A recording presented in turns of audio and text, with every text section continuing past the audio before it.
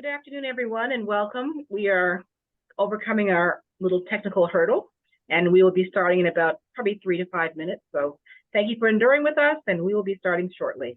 And thank you, Lindsay. If you can just simply put where you're from in the chat, we'd love to know where you're coming from or hailing from. Thank you.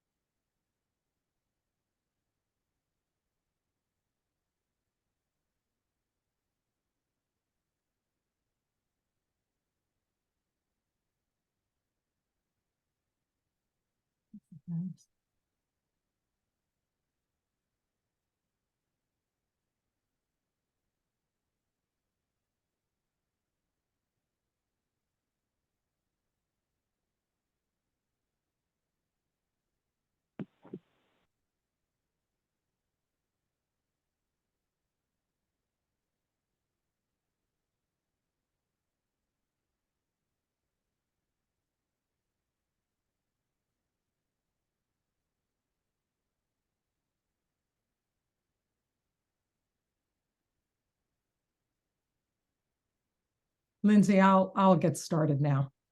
I'll just kick it off.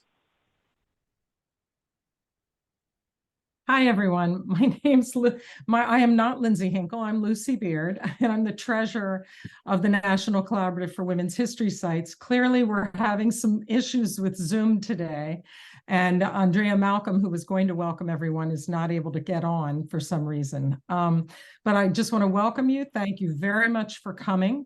My job today was to introduce our speakers. So without any hesitation, I'm going to get started on that. I will tell you that our annual report, which we always share as part of the annual meeting, is now on our website, and our website is NCWHS.org, National Collaborative for Women's History Sites.org. And you'll find it under, I think, resources, but it's the annual report, and that's where we share the successes we've had over the past year and what we're doing with our current strategic plan and the projects we're taking on to bring our strategic plan to life. So please do look at that when you have a chance. And if you are not a member or a donor right now, please consider making a donation or a membership, joining us. We have a lot of good work we're doing, and we'd love to have you be a part of it if you're not already.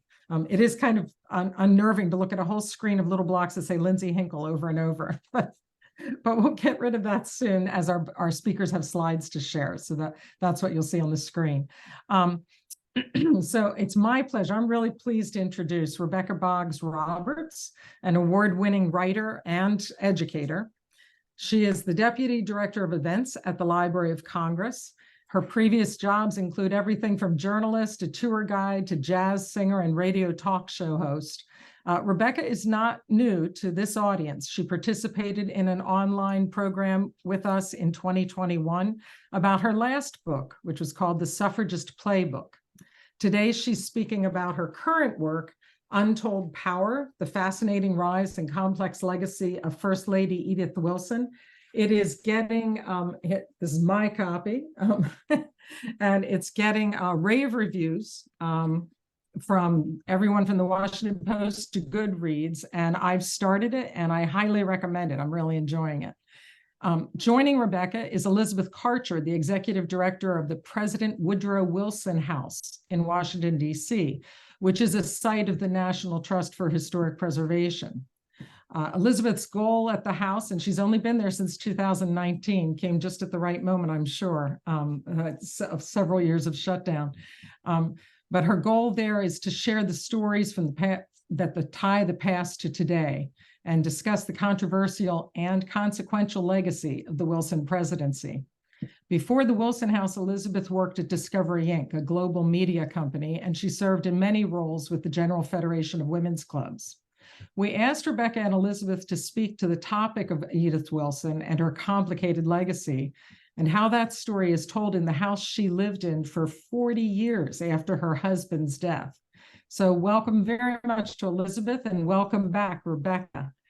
And Rebecca will speak first, and then Elizabeth will follow, and we'll leave some time for questions at the end. So thanks everyone for coming, and let's enjoy. Thank you so much, Lucy, and thank you all for being here. I'm particularly delighted to appear with my friend and colleague Elizabeth Karcher, who has done so much to really broaden the interpretation of the President Woodrow Wilson home here in Washington, D.C., right down the street from where I live. And even though it's his name on the building, it really is a women's history site because it was Edith who preserved it. And we'll hear lots more about that from Elizabeth. I got interested in Edith Wilson oddly through my research into suffrage, because when I wrote the Suffragist Playbook, which is a young reader's book about the movement, and a previous book about the 1913 March, I kept getting questions, no matter who I was talking to, about Edith Wilson. There was some narrative out there in the world that maybe Woodrow Wilson, who had been dragging his feet on the 19th Amendment, finally came around to a federal solution to suffrage because she whispered in his ear. And it's totally wrong. She was anti-suffrage. I'm not at all sure how that narrative got out there in the world, but the questions were coming so predictably that I started researching Edith in order to answer them more fully. And I realized, first of all, she's fascinating. Second of all, she so obscures her own role in history that she's just an extreme example of sort of the compromises women who make social change have had to make over time to pretend they aren't, right? And to really rethink the Hall of Fame model of history and who gets to make history and who are agents of social change when women themselves have been covering their own tracks. And the other thing I realized was that a lot of the interpretation of her that does exist was sort of frustratingly shallow. So even bordering on into sexist garbage occasionally. She was often reduced to sort of one of three stock characters. Either she was this naive rube from Southwest Virginia who was taken advantage of by wily political men. That's a little bit true. It's largely not accurate. Maybe she was Lady Macbeth, this, ambitious behind the scenes woman who seized power for her own ends. Again, a little bit true, not largely. Or maybe she was just the most dutiful wife she could be, that she was standing by her man in the most extreme case. And that even if what she did when in 1919, Woodrow Wilson had a stroke and she lied about it and really acted as the nation's executive to the degree that anybody was for the better part of 1919 and into 1920, that all she was really doing was standing by her husband, that if it was undemocratic, if it was secretive, then she was just putting the country second and her wonderful, heroic husband first. Again, a little bit of truth. But interestingly, the biggest proponent of that version of the story was Edith herself. And so to be her biographer requires figuring out where she is an unreliable narrator of her own story. Add to the fact, as you all know, that a lot of characters in women's history don't have a lot of other attention paid to them. And certainly first ladies seem to spring into the world fully formed the day they marry the president. And there's not terrific, primary sources on their lives before and after. Happily, there's lots of sources on her life after, thanks to the Woodrow Wilson House, which you'll be hearing about from Elizabeth. But up to that time, I'm going to share my screen and tell you a little bit more about Edith Bolling Galt Wilson. I love starting with this picture because it's the only picture I've ever seen of her in pants. And she looks pretty grumpy about it. I think that she must be wearing hand-me-downs because Edith Bolling was the 6th of 9 kids. And she grew up, she was born in 1872, grew up in Wytheville, Virginia. The family house, which I will show you as soon as I regain control of my slides. There we go. Still exists. It is a historic site. It's a really funny property. So at street level on Main Street in Wytheville, Virginia, there's Skeeter's Hot Dogs and there's a coffee shop and then there's this little museum. The family lived on the 2nd floor and then the 3rd floor is a false gable. That's not actually rooms. And what I like about this picture, in addition to those of you who care about historic preservation, which I imagine is everyone on this call, it shows you that it is still existent and preserved, is you see the Appalachian Mountains are right there. She really is our only Appalachian First Lady. This was not the childhood circumstances the Bollings thought they would give their children. They had been planters in the James River Valley. They were enslavers when the Civil War happened, and the economic realities of being planters in the James River Valley changed rather dramatically. They had to move to this property they owned in Wytheville that they thought would just be an investment property. They were absolutely unreconstructed Confederates. They raised their children on the lost cause myths. They absolutely believed that this was not the manner to which they were born. And it was crowded in that funny little warren of rooms. So 9 kids, both grandmas, an aunt, a cousin, various hangers-on, house guests who overstayed their welcome, several parakeets, no, canaries. Grandma kept canaries. And you could see where any child, but certainly a mere daughter, could get lost in that shuffle. But Edith did not, in part because one of her grandmothers, her father's mother, looked at this raft of grandchildren and, for reasons known only to herself, picked Edith out as a favorite. This was a little bit of a mixed blessing because Mrs. Bolling was, by all accounts, terrifying. She sort of held court from this rocking chair in the middle of the rooms, and that item on the back of the rocking chair is the tan skin of a dead dog. And she wore Civil War era hoop skirts and mourning brooch of human hair. It was so gothic and creepy. But she also sort of instilled in Edith this confidence. She told her that she could be fierce and she could be smart and she could rely on herself. That was not a message a whole lot of girls were getting in 1870s Wytheville, Virginia. In fact, it wasn't the message that Edith was getting from her other grandmother, who also lived with them, and her mother herself, who were both very much adherents of that Victorian cult of true womanhood message that girls should be submissive and pious and dutiful. And I don't feel it's particularly fair to do a huge amount of psychoanalysis about Edith Wilson 150 years after her birth, but I do think those conflicting messages explain a lot about her. I think that she was by nature innately more bent towards the confident, fierce lesson of Grandmother Bolling, but felt she had to cloak it in the submissive, pious lesson of her other grandmother. And so she spends a lot of time being independent and impressive and pretending she's not. As a teenager at 18, she came here to Washington. She had an older sister who had married a guy here. And so she came to Washington in 1890 on the excuse that they had a baby and she could help with the baby. But she loved it here. Gilded Age Washington was an extraordinary place to remake yourself. She didn't have any money, but she was quite beautiful, as you can see. And she became the sort of sophisticated urban young woman she thought she could become back with the Canaries in Wytheville.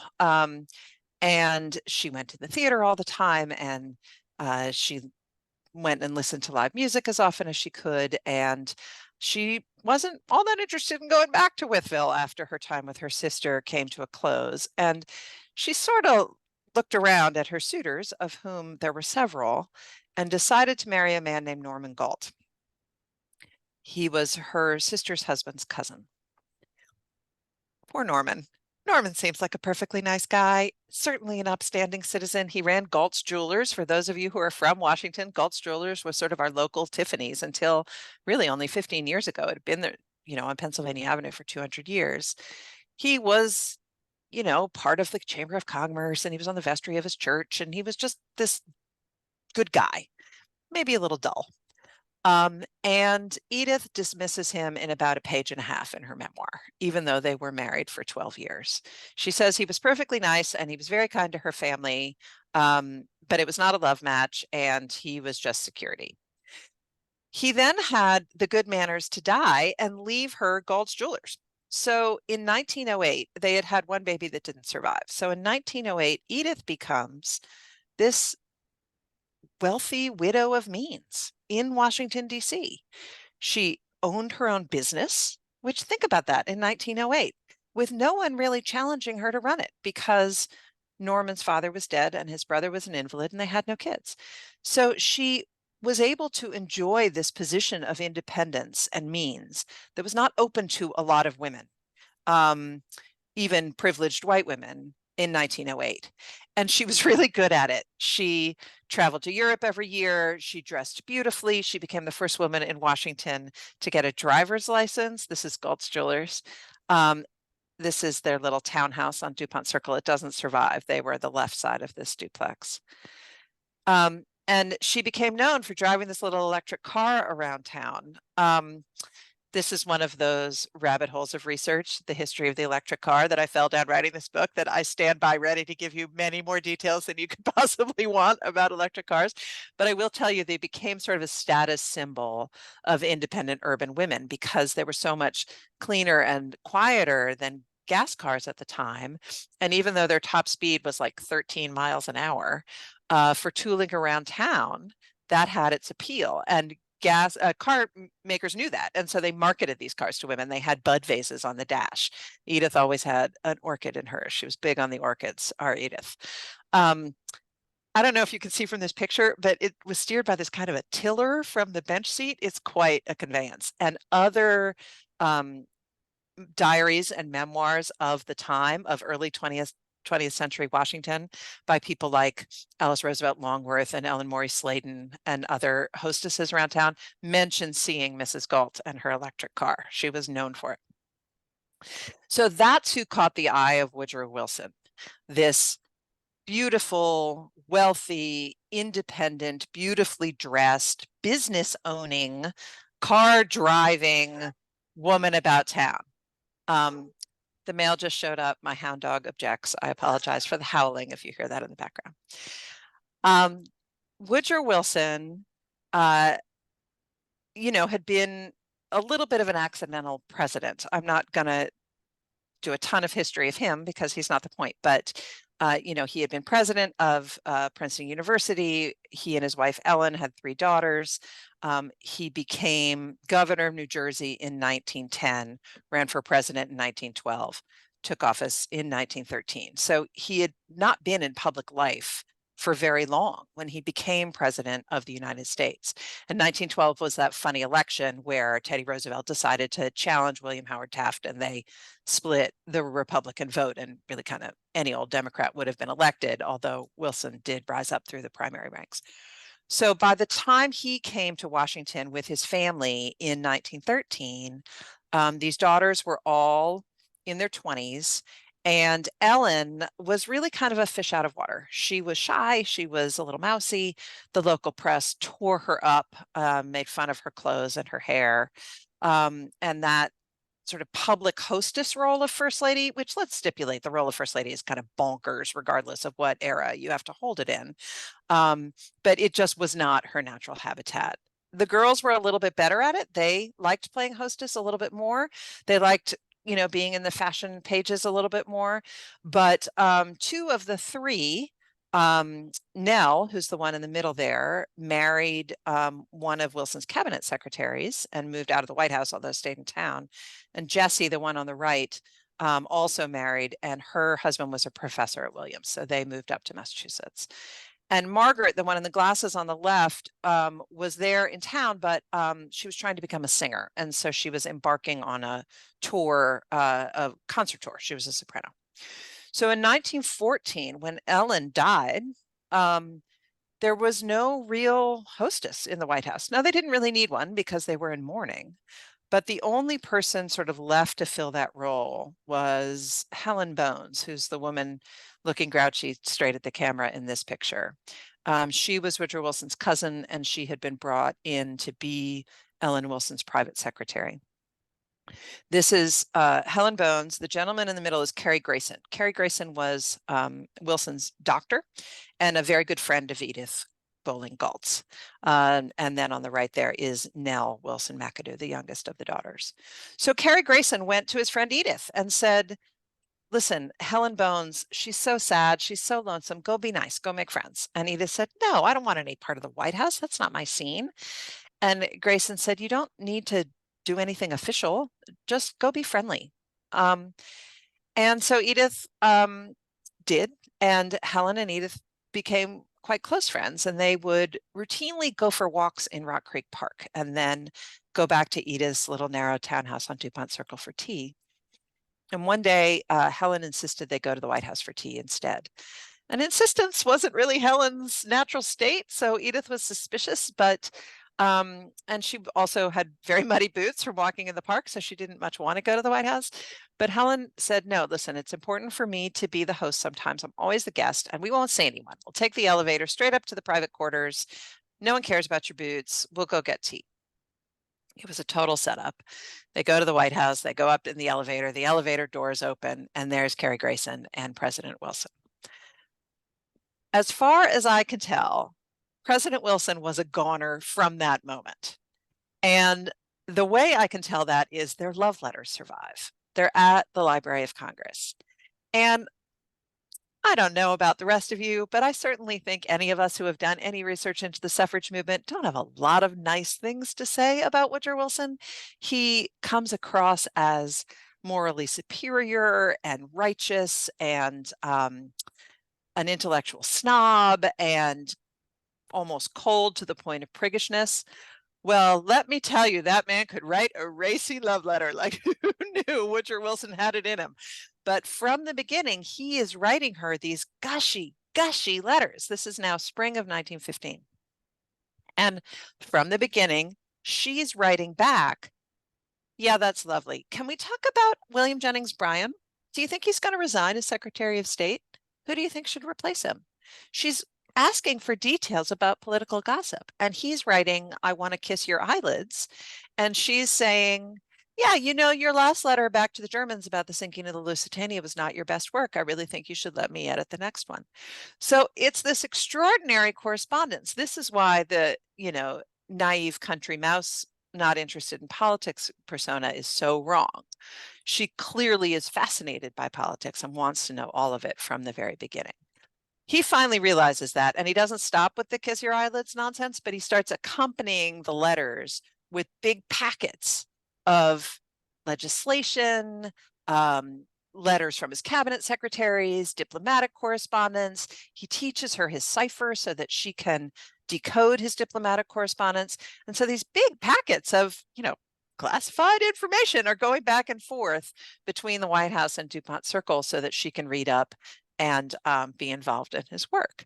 This keeps up through the summer of 1915. When he first proposed to her, which was 5 weeks after they met, she said no. She didn't feel like she knew him well enough. And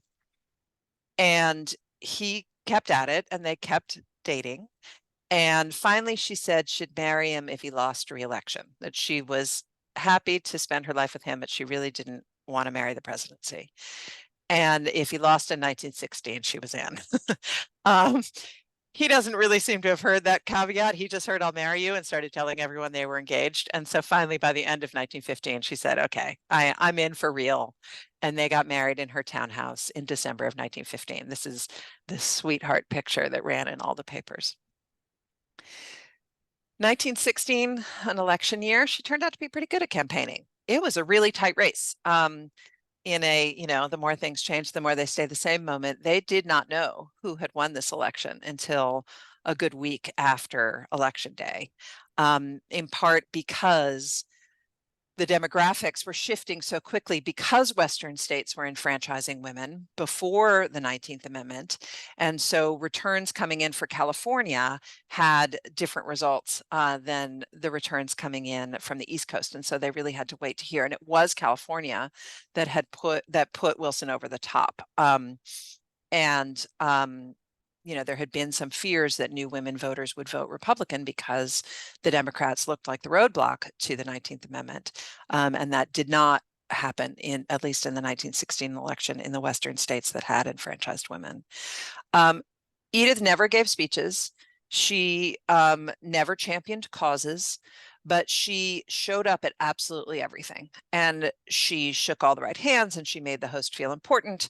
And she showed up in every picture, and she really jumped into the sort of ceremonial part of First Lady with both feet. By 1917, when the US was involved in World War I, being wartime First Lady is a whole other ball of craziness. And she was good at that too, the collective sacrifice. She signed up for all of the conservation efforts, the Meatless Mondays and the Wheatless Wednesdays, and she volunteered at the Red Cross, and she had sheep come in and mow the White House lawn to save manpower. And then when the sheep were shorn, the wool was auctioned off to benefit the Red Cross. In fact, there's a very weird artifact at the S Street house that Elizabeth can tell you about that is this sort of globe-shaped shadow box of dirty sheep wool that was part of that auction. That's on display on the first floor of the house. One of my favorite things. And then at the end of 1918, after peace, Wilson insisted on going to Paris in person to negotiate the treaty. That was controversial even at the time. No president had gone abroad while president for more than like an afternoon. I think TR went and inspected the, Panama Canal site. No first lady had gone abroad at all while first lady. And these two were going to be gone for the better part of 6 months. They left in November of 1918. They came home in March of 1919 for like a second to close the last Congress and open the next, and then went back. And so, in a pre-digital communication age, the president and first lady were gone. And not only was his absence controversial, but people felt that he was surrendering the moral high ground because the business of negotiating a treaty can get so dirty. They thought that he should his critics thought he should stay here in Washington and sort of maintain his superiority here and let his Secretary of State and other negotiators get their hands dirty. But he was never going to do that. He wanted to be there in person. His whole justification for U.S. involvement in World War I was that the U.S. get a say in the peace. We didn't, have any territory at stake. His whole reason for having U.S. soldiers die in that war was so that he could be part of dictating the peace and include his dream of this multinational collaboration, his League of Nations, in the peace treaty. But that took a really long time and was extremely public, right? This is the biggest news story in the world. They're on the front page of every paper every day. And there's the First Lady there right next to him, staying at Buckingham Palace, being feted by, royalty across Europe, receiving fancy gifts. And now we think of that international diplomacy role as very much part of what the First Lady does, but no one really had before Edith. And what she was particularly good at was putting him at ease because he was kind of shy and insecure about putting a foot wrong. And Edith, who had barreled her way into every part of her life, I'll figure out how to live in Washington. I'll figure out how to run a business. I'll figure out how to be First Lady. Didn't mind showing up at the state dinner and saying, hey, are we wearing gloves to dinner? And, using her homemade French that had been taught to her by the scary grandmother and just making it all nice for him. So then when they come back to Washington in 1919, the treaty negotiation now goes to the Senate. The Democrats had lost both the House and Senate in the 1918 midterms. And the treaty fight is just tooth and nail. And Wilson insists on taking this train tour, this cross-country train tour to take the cause of the League to the people, which is a terrible idea. He had never been a particularly healthy dude to begin with. And then he caught a flu. It was 1918 while he was in Europe. And came back to the US quite weak and exhausted. And you don't take a weak, exhausted man and stick him on a train in 100-degree heat and truck him around the nation where he's shaking hundreds of hands and giving dozens of speeches. It was a total recipe for disaster, which Edith knew, as did Dr. Cary Grayson, as did his chief of staff, Joe Tumulty. And he kind of liked the martyrdom part of it. He thought, if he died in the cause, that would be fine. So they all went on the train with him to try to save him from his own worst instincts. And it was just as bad as they anticipated. And in fact, he collapsed somewhere outside of Pueblo, Colorado. Train trips canceled. They come rushing back here. A week later, he suffers a massive stroke. So this is now October of 1919. And this is the only chapter of Edith Wilson's life anyone pays any attention to. That she and I get why, it's fascinating, right? She conspired with Cary Grayson and Joe Tumulty to not tell anybody how sick the president was. They didn't tell Congress. They didn't tell the public. They didn't tell the press. They didn't tell the president himself. He never knew how sick he was. And they just decided that whatever decisions needed to be made, Edith would make, and she would do his job for him until he was better enough to do it himself. And that is shocking on a lot of levels. But if you know Edith at all, it's not coming out of left field. She didn't become the kind of person who would make that decision overnight. She had showed again and again in her life that she kind of trusted her own instincts, experience be damned. So the other thing I think that's really important to keep in mind is that at the time, the treatment for stroke was to keep the patient very quiet, that they couldn't face bad news, they couldn't make tough decisions, they couldn't get a lot of exercise. Well, what does a president do every day, all day? He faces bad news and makes tough decisions. So even if his brain were perfect after the stroke, and it's pretty clear it was not, he was being told not to use his brain. So he was sidelined in this echo chamber where not only was he not doing the job he was elected to do, but Edith and Tumulty and Grayson are only bringing him good news. So he didn't know that he had lost the confidence of the American people. He didn't know they were tired of the sacrifices of World War I. The last time he had been out in public, he was facing cheering crowds from the back of a train. And so when Warren Harding was elected in a landslide in 1920, the only American voter who was surprised was Woodrow Wilson, because no one had told him that the American people had moved on. And so even if he were making every decision at this time, and he was not, his judgment was terrible because he didn't have all the facts, because Edith wasn't giving them to him. So that is an incredibly quick overview of Edith's time as First Lady and the build up to it. They then, he really never was okay again. He got better, but not all the way. He was not seen in public until April of 1920. He had a stroke in October of 1919. Imagine a president not being seen in public for all that time. And when he was first seen in public, they kind of propped him up in the back of a car and drove him around town. That's what this is a picture of. You can see Edith and Carrie Grayson looking very concerned about that. This is a picture that accompanied a very favorable magazine article at the time from a friendly reporter, but she's having to hold that paper steady for him to sign it. His whole left side was paralyzed. And by the time they finally left the White House, when the Hardings were inaugurated in March of 1921 and moved to Elizabeth's house, Edith finally admitted he was never going to get better and started referring to him as an invalid, put an elevator in the house, things that made it clear that she really knew that she was going to be spending her time taking care of a very sick man for the rest of his life. And she stopped having to pretend to the American public that he was ever going to get better. He died in 1924. She lived till 1961. And in some ways, she went back to being sort of that fabulous, wealthy widow about town. She traveled a ton, good hats and jewelry all the time. And what she mainly did was burnish his legacy. So I think we're spending a fair amount of time kind of rethinking Woodrow Wilson's legacy these days. And it has been really interesting to me to realize how much of that myth of the visionary of global peace was a myth of Edith's making, because she showed up at everything. Every statue unveiling, every train station they named after him, she was always there controlling the narrative. This is actually just before she died in 1961, President Kennedy signing the legislation that would create a Woodrow Wilson Memorial, and giving her one of the ceremonial pens. That memorial became the Wilson Center.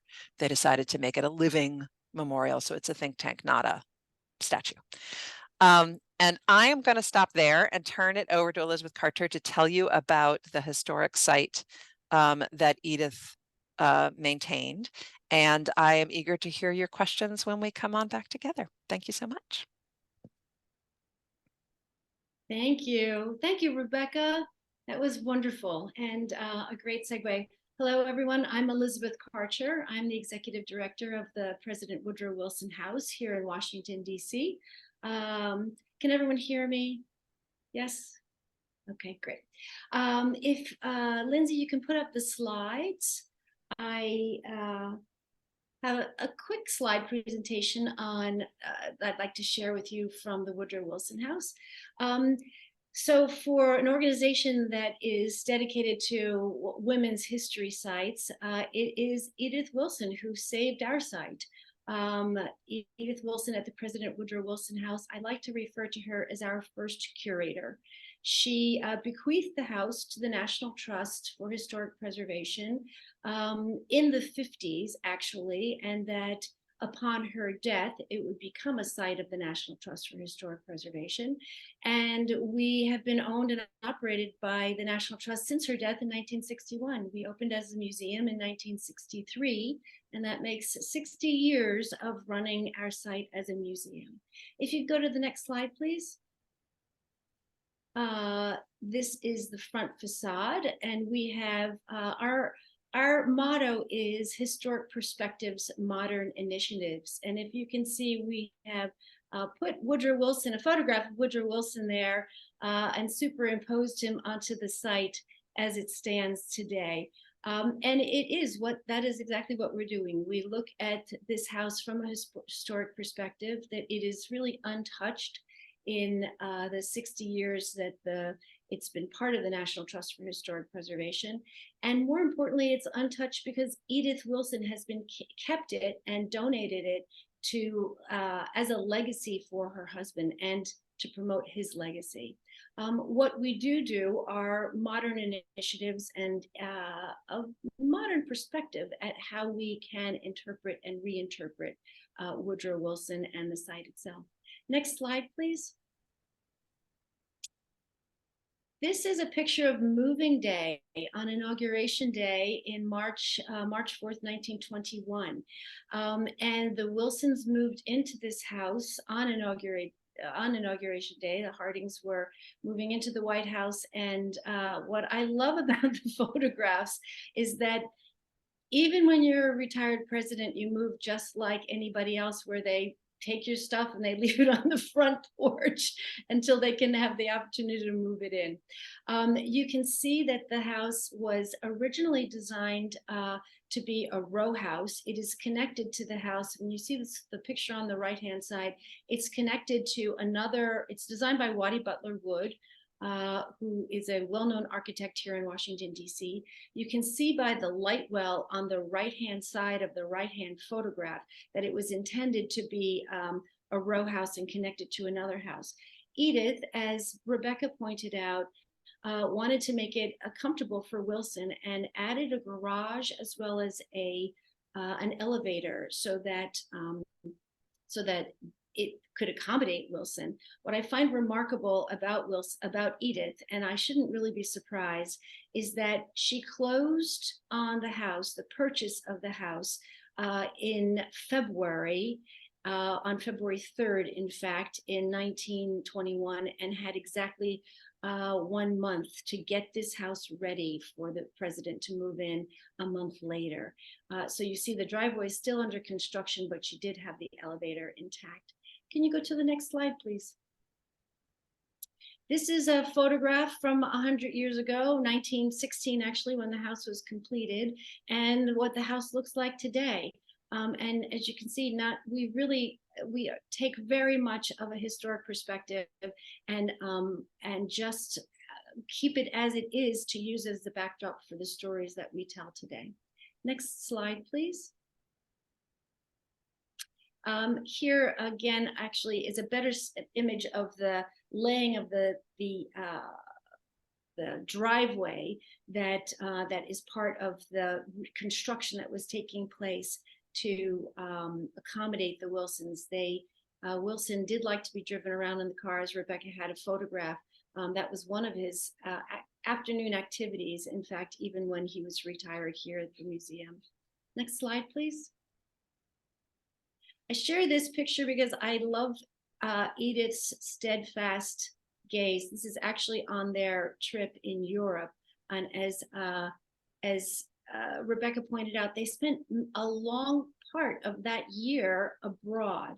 I share this because Wilson, many of the items that are on display in the museum are artifacts and collections that are gifts of state from around the world that they actually received during that trip.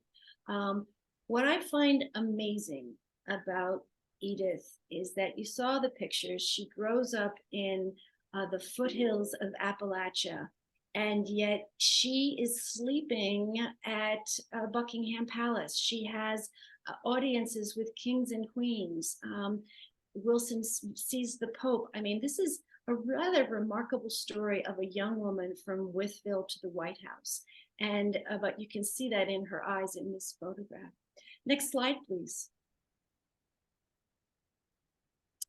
Here's an image of the museum. On the left-hand side, it was a photograph that was taken in 1921. It was listed in Architectural Digest. And as you can see on the right-hand side, that's what it looks like today, which is to say it really hasn't changed that much. Edith saw the house, was looking for houses for them to retire to, and actually had seen other properties on S Street in Washington, D.C. She didn't think the other houses were right for her. She understood this house had just been completed. It was started in 1915 and completed in 1916. So it was really quite new in 1921. She had her realtor knock on the door, and essentially they made an offer that the owners could not resist. At the time, it was $150,000. Wilson had just received $50,000 from his Nobel Peace Prize, and 10 friends each gave them $10,000 to make the purchase. Next slide, please. And here is the drawing room. This is the library. Once again, an image that was in Architectural Digest in 1921. And this is what the drawing room, the library looks like today. And these, again, artifacts that are, most of them are gifts of state from around the world. Next slide, please. This is a compilation of images that we see and we talk about at the museum as Edith in her role. She's a partner, a companion, a steward to the president, as she would say, a steward to the president and a steward of the presidency. And she's later responsible for preserving the legacy of Woodrow Wilson through the Wilson House. That top image is something that that is actually her shorthand. Those are notes that she used to help decode and help the president decipher. So when Rebecca talked about sharing messages with the woman that he's dating, this is what she's doing. She's helping decode messages that are coming through, which is once again a remarkable story for Edith. I also particularly like the image in the bottom center. That picture is on Christmas Day, and if you look carefully, they are in Chaumont, France on Christmas Day for Christmas dinner. Edith Wilson there's only one other woman at the end of that table, but that's Carrie Grayson, General Pershing. These are all leaders and mostly men, and she is quite comfortable in the company of holding her own in a situation such as that, representing Wilson and representing the United States. Next slide, please. I share this picture because we're coming up with the 100th anniversary of Wilson making a very important speech at the museum. So this is President Wilson on the front stoop of the museum of the Wilson House with Isaac Scott. It's his personal valet, who's a man and a woman who are in service to the Wilsons, who live in this house for a number of years. But Wilson is preparing to make Armistice Day speech to people who are gathering on the streets here in Washington, D.C. This Armistice Day, this Veterans Day, will be the 100th anniversary of Woodrow Wilson making a speech. It's the first radio speech that a president, and actually this is a former president, making a speech on the radio, and that was for the 5th anniversary of Armistice Day. And that's going to happen that will be the 100th anniversary is this year. And it's really significant. One of many activities that Wilson did, or I should say the significant activities that Wilson did from this house, was always honoring Veterans Day. And that speech, if you can listen to it, it's 4.5 minutes and it's remarkable. The next slide, please. This is, I want you to just take an image there of the portrait of Edith above the fireplace. You can see this is the dining room of the Wilson house. Edith rejected this portrait. It was to be her first lady portrait. She rejected it because she said it made her look too young, too thin, and too authoritative. And of course, what woman doesn't want to look too young, too thin, or too authoritative? Edith Wilson. She rejects this portrait as her official formal First Lady portrait. Why? This portrait was being painted at the very time that people are talking about her being the First Lady and actually pulling all the strings while Wilson is incapacitated. The next slide, if you can just go there, this is the slide. This is the portrait of the First Lady's actual First Lady's portrait. And you can see how very, very different this is. And you see this, she's wearing silk and lace and satin and fur. This is how she wanted her own legacy to be remembered. Not a woman who is seen as too young or too thin or too authoritative. I think that this image speaks volumes about who Edith Wilson is and how she wanted to craft her own legacy. Next slide, please. This is the museum and the things that we do. We have a number of events here. We have about 7 or 8 different types of specialty tours that we offer. We have speaker series, we have vintage game nights, we have people come to play live music and jazz. We have just a number of different events that take place that people come and celebrate with us, as well as learn with us and teach us. And so if you're in Washington, D.C., I encourage you to make the time to come and visit us at the Woodrow Wilson House. And that's it. And I welcome and invite any questions you have for us about the Wilson House or about Edith. Thank you very much. Both were wonderful. I'm sure people do have questions. I know I have a few. All those Lindsay Hinkles, if you could go click on the little 3 dots in the top of your the box or at the top of your screen and change your name so I can call your actual name rather than Lindsay Hinkle. I'd appreciate it. I can kick off the questions unless someone puts up a hand, either visually or the little orange hand. I guess I have a quick question for Elizabeth. Did Wilson's daughters have much of a relationship? Did they come to the house much? Do you have artifacts from any of the 3 daughters?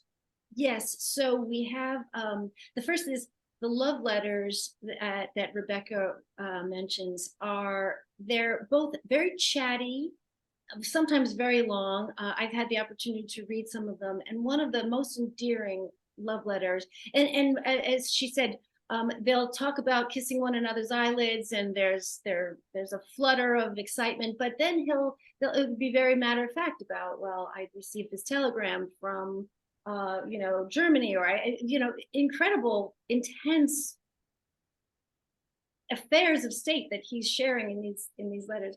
But one of the most endearing is a letter that he writes to Edith.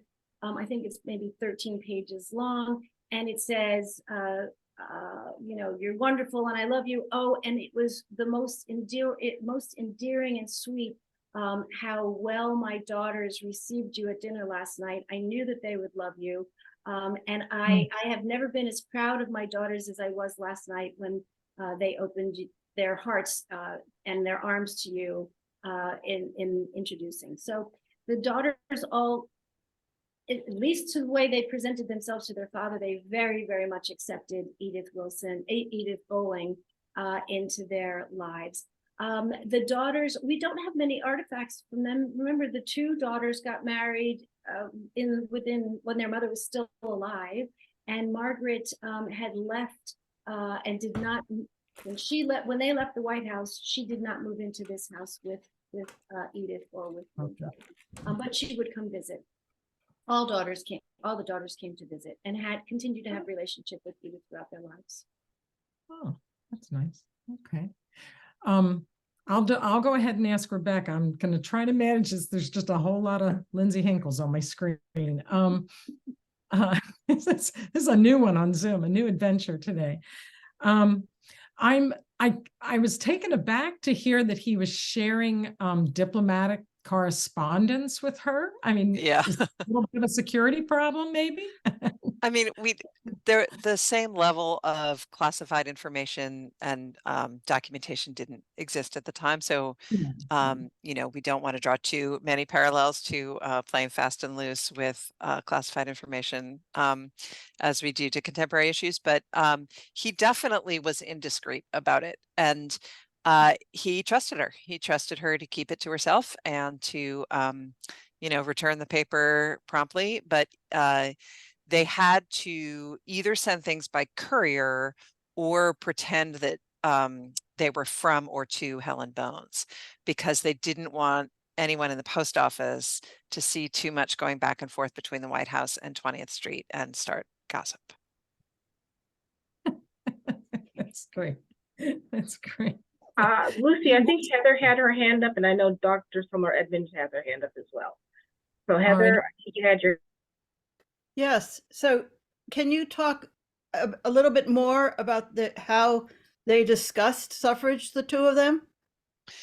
So we don't really know. Here are a couple things we do know.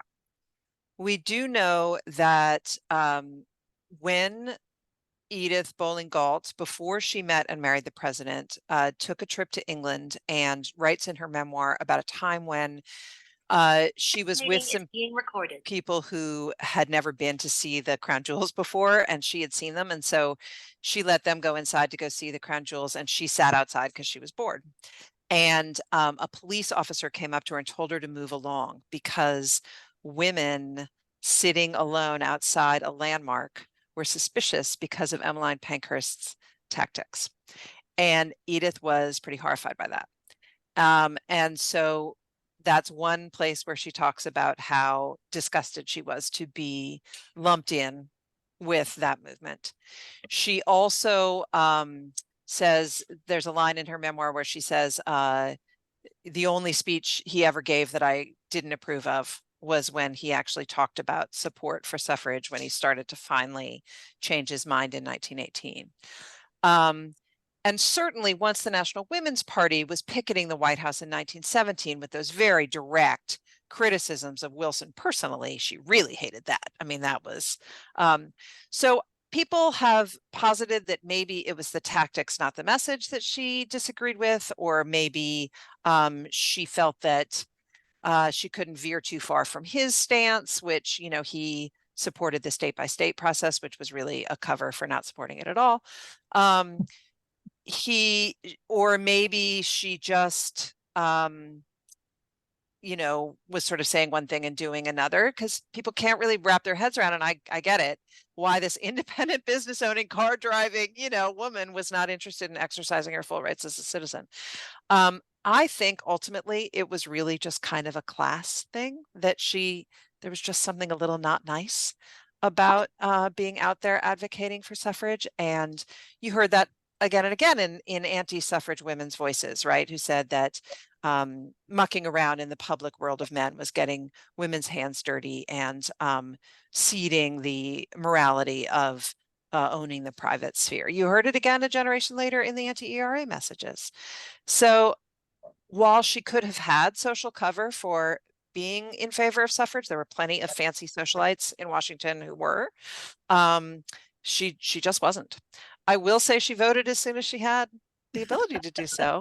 As a resident of the District of Columbia, she could not vote for president. The amendment that gave us the ability to vote for president did not ratify until after her death.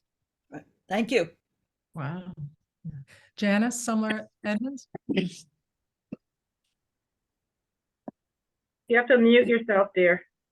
Yeah. There you go. I enjoyed both presentations very much. Something's wrong with my throat. But it was interesting to hear that Wilson seemed to be very active during his retirement. And I'm just curious, did he at some point overcome being disabled? Because you get the impression he was disabled intellectually as well as physically. I'll let Elizabeth talk about that a little bit more. I will say he was not active. He was really largely housebound. He would take these drives, but he was driven in the back of a car. And the whole schedule of the house was around when he needed to rest, when he could see visitors. He did, there's actually this very lovely thing in Edith's memoir, which is a delight, by the way, even though it is demonstrably untrue at parts. She and he created a chart of where they might live after the White House, because neither of them had a, real pull to a hometown. And they scored a bunch of different cities on things like friends and freedom and privacy. And one of the reasons they chose DC ultimately, mainly because it was her hometown, like her home, and she knew she'd outlive him. But he wanted access to the Library of Congress because he thought he would write the definitive work on American government. He wrote one page, and it was the dedication to Edith. So his ambition way outstripped his ability. He also briefly formed a law firm. He showed up at work once. So I don't want to overstate how active he truly was from 1921 to 1924. But he gave these speeches, so that's why I was wondering. From his home. Yeah. Elizabeth, would you agree? Yes, from the front stoop of his home on Armistice Day. Those were really, when you go and you look at the photographs of what his life was like after the White House and living here on S Street. He had visitors. Clemenceau came to visit, and Lord George came to visit. Delegations from the Czech Republic. But what he did, he made a few speeches, always on Armistice Day. He came out and he stood out one day for his birthday, and there's photographs of that. And he would go out sometimes in the afternoon for a drive. Someone else would drive him. Interestingly, he did not know how to drive a car. Edith knew how to drive a car. And Edith did not know how to ride a bicycle. And he taught her how to ride a bicycle in the basement of the White House. But she never really got it. She crashed. She crashed. Freddie K. Hi, can you hear me? Yes. Yep. Thank you. Sorry, I'm using my cell phone, and I apologize. My technology skills doing Zoom on phone are limited. Thank you so much. This was fantastic. And hello, Rebecca. I saw you probably a couple years ago on a panel we did that I was part of. I'm zooming up from Massachusetts. I'm now about to launch. We're launching the Massachusetts Women's History Center. And I wanted to ask you about their trip to Europe. And you talked about, I didn't realize how many months they were over in Europe. I think you said starting in 1918. And I think it was that trip where they came back, and I understood they thought this was in February of 1919. And we were thinking about going to New York. And I understood that they were told, or he was told, you don't want to do that. There are too many suffragists there. So he came to Boston, and Alice Paul met his boat. We just had a gala, not just, in June, our first ever gala, and we had it at the Liberty Hotel, which used to be the Charles Street Jail. And we had it there because when it was the jail, it was the last place in the country, from the research I did, where women were jailed for the vote, because they picketed a parade they had for him on February 24, 1919, in front of the State House. Number one, I find it amazing. This was before global warming, that they had a parade in February. In Boston, right? In Boston? Like, what was that? But they did. And before he even arrived, women were arrested and jailed at the Charles Street Jailhouse. Did that whole piece come up in your research? Yeah, for sure. I mean, that was late in the fight, right? So at that point, they were trying to get the 19th Amendment ratified. It had passed both chambers of Congress. And so those tactics had been pretty tried and true. It absolutely came up more in researching the suffrage movement than in Wilson's era, because he really did just kind of stop and then go on to Washington, because the whole reason for coming back to the US is that at the time the legislative session restarted on March 1st, and there were always a few pieces of legislation that were enacted by the previous Congress that the president had to sign in person. And so he was really coming here. He also wanted to meet with senators to try to start laying the groundwork for their approval of the treaty. And they were already meeting to try to figure out how to stymie the treaty. But it is an amazing chapter. And, you know, I think Alice Paul and the National Women's Party, when they were doing those whistle stop tours where they would appear in jailhouse clothes, and they had the Jailed for Freedom jailhouse door pin that you earned from having spent a night in jail. There was actually a point in the movement where they were sort of hoping some folks got arrested so that they could participate in those tours and wear the appropriate, you know, earned badge. And so it's those events like that where the Boston police completely played into their hands and just swept up all the protesters and sent them all to jail. The National Women's Party was delighted. Interesting, because I did know about the presentation, the ceremony they did for those jail door pins, which they earned, and they were very upset because an anonymous person paid their fine or something and let them out, and they were all right, upset. and they didn't want it. Right, don't let us out. Exactly. Thank you so much. I look forward to reading your book. Thank you. Thank you. Carol Evans?